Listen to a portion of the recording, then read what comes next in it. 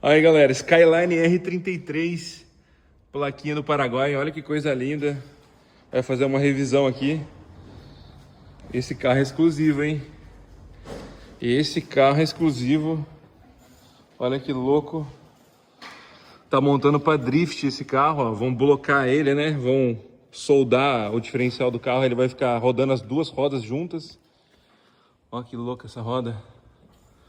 Esse aqui é raridade, ó. E olha uma coisa, ó. Você abre aqui, né? Você acha que você vai... Cadê o volante aqui? Olha lá, o volante do lado direito, galera. Olha que louco, ó. Isso aqui é carro, hein? Isso aqui é raiz.